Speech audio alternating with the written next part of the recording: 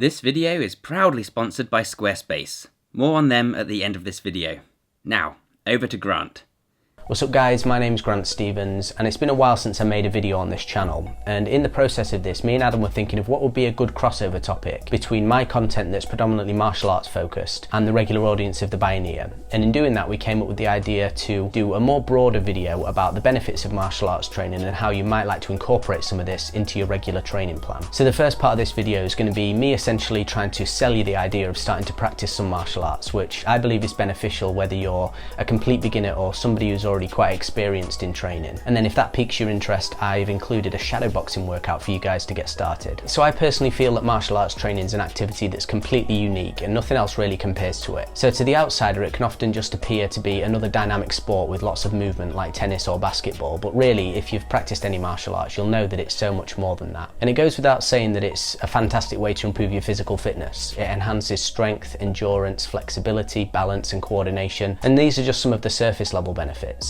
Combat sports are really unique in that you're able to train all three of your energy systems as well. So we've got the anaerobic lactic, which is high intensity for short durations, the anaerobic lactic, which is high to medium intensity with a decent tempo, and aerobic, that's low intensity for longer durations. The benefits also extend to things like improved mental discipline, stress reduction, better confidence, better focus, and these carry over to improved productivity and attentiveness in work, school, or in your personal relationships. It's also a great way to enter a flow state due to the combination of mental concentration combined with physical challenge, and it just gets you really in touch with your body, helping you to improve your mind-muscle connection that's going to benefit your efficiency in other activities like weightlifting, for example. One of the main areas I would like to highlight for those who already train is cardio. Now cardio tends to be viewed as kind of a necessary evil, and many people end up doing something that they don't really like or enjoy just to tick that box, and this is where I would suggest including some martial arts training. The main reason for this is because on the surface this training just kind of looks like you're moving your body, but it differs in the sense that martial arts training is this like big skill that's made up of a lot of other skill sets, which something like jogging on a treadmill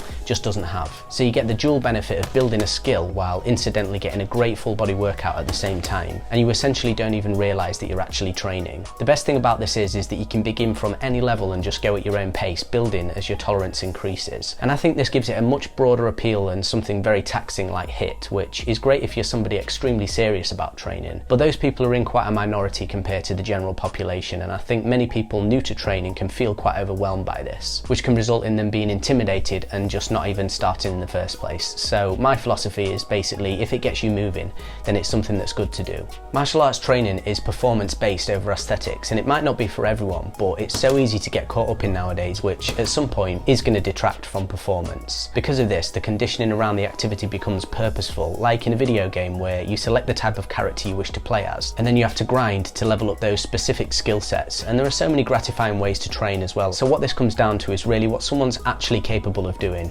is much more important than what they look like they can do, but even then it's certainly not mutually exclusive. It's not like training in martial arts means you're going to look like trash. You're not going to end up looking like Arnie by any means, but this is my physique, which is purely from doing martial arts style training and just a sensible diet, and I would argue that the majority of people actually desire a physique like this rather than that of a massive bodybuilder. And on that note as well, martial arts training is something that has constant progression, and if you're training for aesthetics, what happens when you reach that desired physique? I personally feel the goal of improving your performance is much more satisfying and is generally the sentiment of most of the audience on this channel. So those are just some of my feelings and the benefits that you can expect from martial arts training, but now we're going to move on to the actual practical training part of the video. Now I'm going to give a simple breakdown of how to get started with this style of training and incorporate it into your routines, and although my area is predominantly martial arts, I'll be focusing upon only hand techniques in this part because there's a much lower barrier to entry and kicking is quite difficult and complex. But with that being said, if you're already an established martial artist, then feel free to add leg techniques as you please. The best thing about this is that you can choose your own level of involvement, and many people feel quite intimidated when thinking about this type of training and feel too self-conscious at the gym. So if that's you, then the base level entry is literally shadowboxing in your bedroom, which if done with sufficient intensity can be a fantastic workout. The foundational techniques in boxing correlate to the numbers 1 to 6, and I suggest you focus upon these predominantly. Number 1 is the jab. Number 2 is the cross or straight right. Number 3 is the lead hook. Number 4 is the rear hook. Number 5 is the lead uppercut.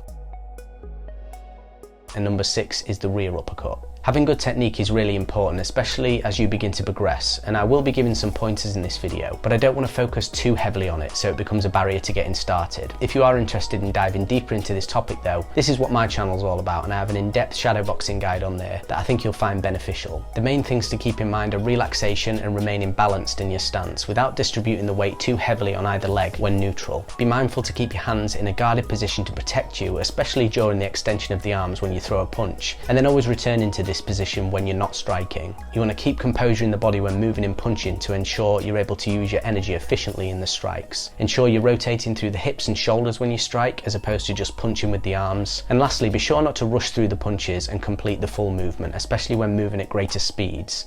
This generally means to ensure you're fully extending your arms into the punches. So those were a list of some of the basic fundamental principles that you want to be aware of when you start doing this type of training. But this does take a long time to integrate, so don't expect perfection from the start. In a moment, I'm going to walk you through an example shadowboxing workout consisting of 5 3-minute rounds with a 1-minute break in between each, and you can use this app that I use and find really helpful, where you can program round times and breaks to your own specifications. Now, during the 3-minute rounds, I suggest slightly upping the punch frequency and intensity after each minute until you're moving close to full intensity by the final minute. Frequency meaning how often you execute punches from your neutral stance, and intensity meaning the level of intent that you execute each of the techniques with. What this doesn't mean is continually standing on the spot just striking aimlessly without rest. Try to get used to moving around naturally and perform some evasive maneuvers while imagining an opponent throwing strikes towards you and then striking intermittently. So after a brief warm-up of your choice, I really like skipping because it's very similar to the activity itself. You want to perform some dynamic stretches to loosen off the body, paying attention to the shoulders, hips and the neck. Round 1 consists of some combinations including the 1-2 or jab cross, and some combinations using these punches are as follows: the simple jab cross, double jab cross,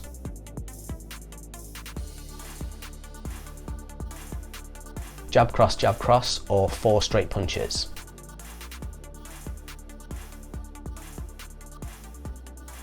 So begin slowly, just getting a feel for the techniques, and then up the intensity and frequency as you progress through the round.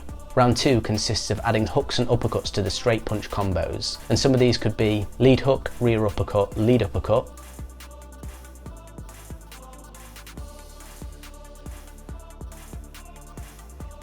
rear uppercut, lead hook,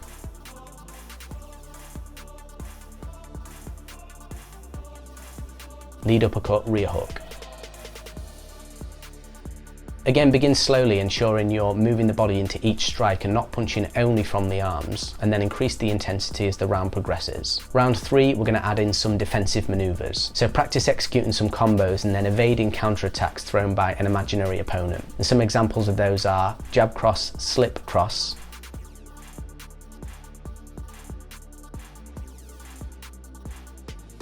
uppercut, hook, cross, and weaving out the way of an opponent's counterattack.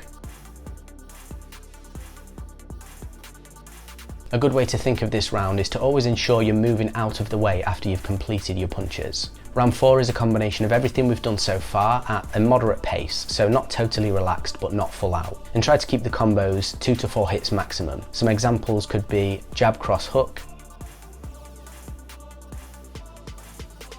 slip rear uppercut hook cross,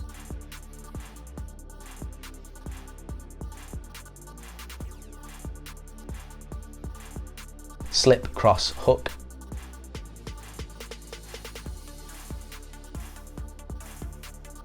slip lead hook cross.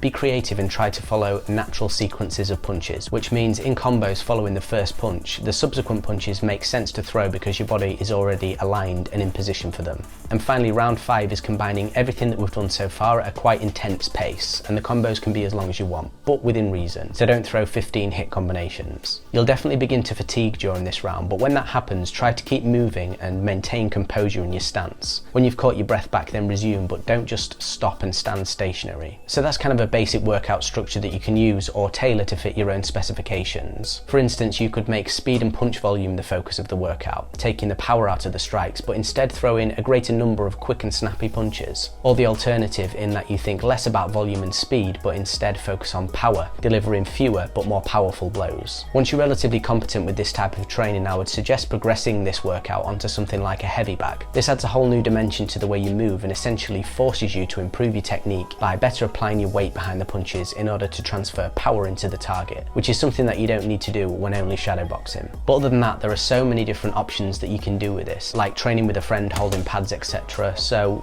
just remember to have fun and be creative with it. So I hope you enjoyed that, guys, and I've convinced at least some of you to incorporate this style of training into your regular workouts. Please be sure to visit and subscribe to my channel over at youtube.com/grantstevensma. It's more heavily focused upon martial arts training, so for those of you who are interested in learning more about this type of training, then I've got a lot of relevant videos there. Thank you for watching, and I'll see you next time. Just like everyone can benefit from practicing some martial arts, everyone can benefit from a website. Whether you're an entrepreneur looking to make money online, a professional who needs an online portfolio and business card, or you're just looking for a unique way to express yourself creatively, Squarespace is a website building platform that makes it extremely easy for anyone to get started. Pick a basic template, drag and drop elements where you want them, and you'll have a professional and modern looking website running in minutes. No coding required. Though simple, Squarespace is extremely powerful, with all the tools and features you could need for any kind of project. For bloggers, there are advanced formatting and publishing tools, not to mention a fully integrated commenting system with threaded comments, replies and likes. There's gated members-only content if you want to gain some extra revenue from your writing. Or why not set up a shop with the powerful e-commerce features? Using third-party plugins, you can even add more features, like inventory management and global shipping.